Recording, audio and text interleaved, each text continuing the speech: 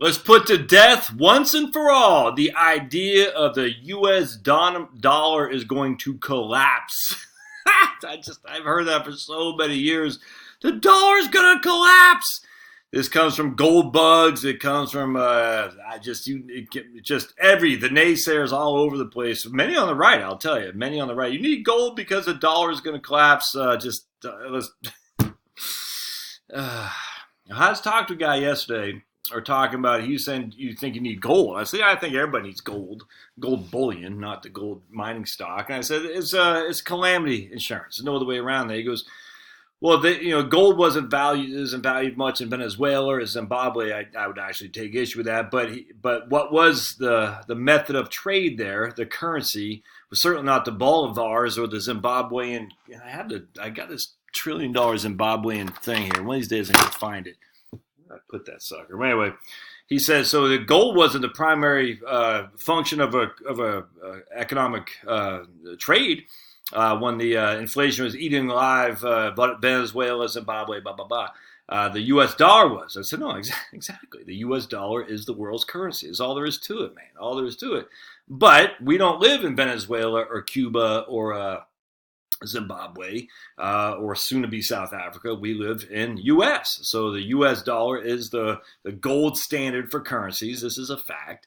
Nothing is going to replace it. But what happens if something were to get in the way of the U.S. dollar? All right, and then that is when the need for gold would be. Now, whether or not that comes, I have no idea. But it's always a good idea for calamity protection, without question. 5% of your liquid net worth in gold makes sense to me, sure. But anyway, let's be honest here. The idea of the gold bugs and of all the naysayers that we've heard from the left and the right and everywhere in between is that the U.S. dollar will collapse because of our unprecedented debt and all that. All these other countries have the just amount. Japan from its debt to GDP is significantly higher than ours. Every other, Germany has negative interest rate policy. All these European nations, everyone is dealing in the same issue, and yet the U.S. dollar today still holds strong as a world's reserve. It's just all there is to it. That's not going to change anytime soon because there's no stronger economy than the U.S. Now, people say, yeah, but look, Josh, China is the second largest economy now, replacing Germany. Well, because Germany has, 50 million people, something like that. China has got 1.5 billion. A little bit of capitalism went a long way in China, that's for sure. I don't like the commies, I'll tell you that right now, but capitalism dominates. Capitalism rules, socialism drools, as I would like to say, in a very immature way, right? Because your old buddy Josh is quite immature, but I don't care. The facts are China allows a little bit of capitalism, and look at where it's gone, right? Because capitalism rules. At the end of the day, though, China is not going to replace the U.S., not unless we get into doldrums of communistic, socialistic, progressivism, and even Obama didn't do that. So Obama knows what butters his bread, and that's going to be winning the votes of the American people. And the American people don't want that crap. Now, I get it. American people want a lot of free stuff, but they don't want uninterrupted socialism like we're seeing in China and Cuba, Venezuela, Zimbabwe. The list goes on and on and on. They want at least a capitalistic with a safety net for sure. So as long as we have that, the dollar's never going to be fall in a free for all. It's just not going to happen. So watch this. You ready? So here's our old buddies at CNN of all people. You can never be good enough for CNN here. It's crazy. Here's another sign the U.S. dollar is too strong. All right, so you can't have a too strong dollar and a collapsing dollar at the same time. The two things are mutually exclusive. You can't have a collapsing dollar with a 10-year Treasury yield at 2.113. The red right there is a 10-year Treasury. You can see that it says 2.113. You cannot have a collapsing dollar with a 10-year Treasury at 2.113. Things are mutually exclusive. Collapsing dollar, you would see the interest rates rise like you would not believe, and they're not anywhere near that. A collapsing dollar is endemic of the Nixon Jimmy Carter era. That's a collapsing dollar, where the dollar is just dropping free for all. The value is going down, inflation was kicking in, and interest rates are kicking in. It's the exact opposite of what we're seeing here today. So let's read what old CNN says. Let's see. Oops. Some politicians and market participants believe the U.S. dollar is too strong compared to its rivals. In fact, it's just funny, too. I was just reading Warning shot to world economy as Singapore slumps and China exports drop. Huh. A strong dollar, my friends, means imports. It's cheaper for us to import products than to export it. And yet China's exports drop. I wonder why that is. The Trump trade war. Oh, the trade war. Because China's just sitting there as a capitalistic free market society until Donald Trump came along. So how can it possibly that China's exports drop while our dollar is too strong? Isn't that odd? Isn't that odd? Because a strong dollar is the antithesis of an export economy. All right, for us, we're going to be importing it rather than exporting it. So our manufactured products are going to stay in home, and we're going to export. We're going to import goods from outside because our dollar is stronger. That's how it works. That's why other countries devalue their currency so they can export more stuff. It's mercantilism, part and parcel, which is horrific because once you go down that road, you always need to cut it, devalue. What happens with devaluation? It never stops. You always a race to bottom because Vietnam will devalue, Thailand will devalue, Cambodia would devalue, China would devalue, and it's always a race to the bottom. Can't do that. We want to be the only game in town where the dollar is the store of value throughout the world, which it is. All right, but politicians hate strong dollars because it eliminates exports, and exports, they can go back to their home market and say, look, I put this Nike plant in Goodyear, Arizona to export stuff overseas because they see the jobs, they see what it is, and they don't see what it's not, which is the other things that go with a strong dollar. So politicians, even Trump, he's wrong on this. He wants a weaker dollar for sure. That's not good. Strong dollar. That's why Steve Forbes, when he ran in 1996, I had campaign for him. I had his Forbes for President shirt because I loved his economic policies. Flat tax, strong dollar. Free trade, flat tax, strong dollar, free trade. He didn't get too much on social issues, but I think at the end of the day, if you're honest, if you were to give Forbes a truth serum, he would have recognized that prohibition against drugs is insanely stupid. I'm sure he would have said that, which I've felt since basically 1992. So I've always been a fan. I bet Forbes is a libertarian more than conservative for sure. Strong dollar, pro-U.S., anti-commie. Free trade, flat tax, and let people do whatever the hell they want to do as long as they're not hurting everybody. That's a politician I can get behind. And Trump, by and large, is like that, which I like. A little bit too much on the weak dollar stuff. And to be honest, on the opioid stuff, which actually ticked me off, I blamed Sessions for that more than Trump, though. I mean, Trump is hell. Trump had gay weddings before it was legal to have gay weddings, man. Trump's always been freaking, a rebel when it comes to social issues. I mean, he was always about that. Trump wouldn't freaking put you in jail for smoking dope. He doesn't care. He didn't care about gays. And that's why the whole thing about all these gays upset with Trump. So Trump's been a freaking ally of yours since the day, since forever. This is weird, man. All right, the Big Mac Index. The Big Mac Index, released Wednesday, is rooted in the theory of purchasing power parity. Exchange rates reflect the value of goods a currency can buy. If currency X can buy an item at a lower price than currency Y, then currency X may be comparatively undervalued and currency Y could be overvalued. The dollar's strength isn't new, but it's a collapsing dollar.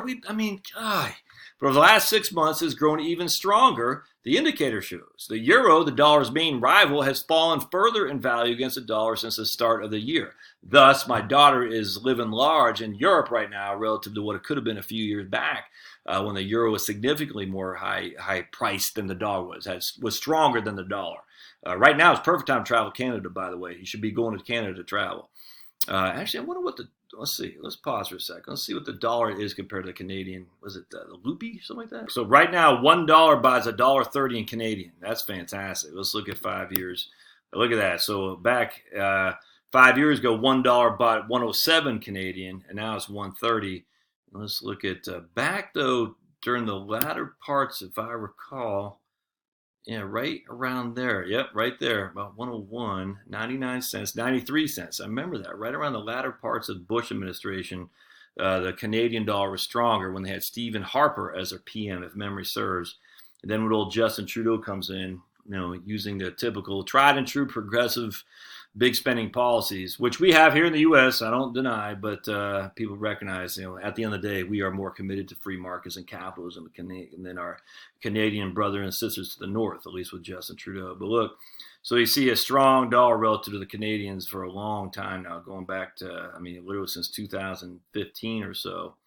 And, when Obama was taken over, the dollar was 124, then it fell to 1, then in the latter part of his presidency, it started rising back up. So, I give it, look, man, I didn't vote for Obama, but he didn't do nearly as bad as what I thought he was going to. Let's just put it that way. So, kudos to him, man. He could have been a lot worse.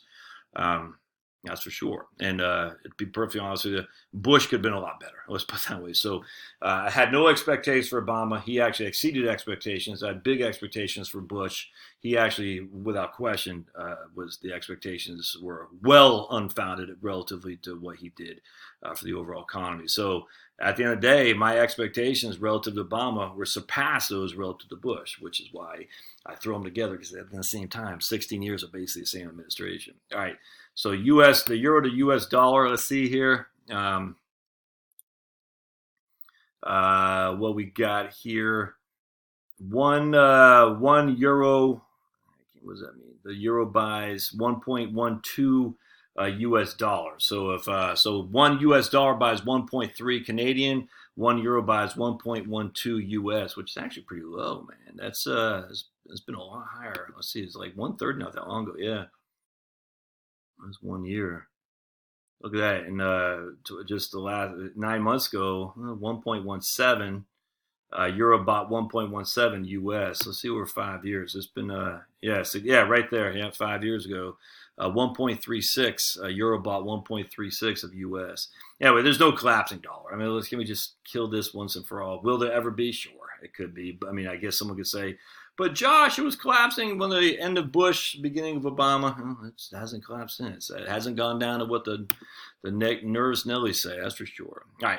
The Russian ruble is the most undervalued against the dollar by 65%, according to the Economist measure. A Big Mac in Russia costs 130 rubles, or some $2, compared with $5.74 in the U.S. A Big Mac costs $5.74 in the U.S. now. That's crazy.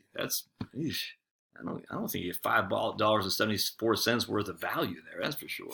On the opposite sides of the spectrum, Switzerland's franc is the only currency that's overvalued against the dollar.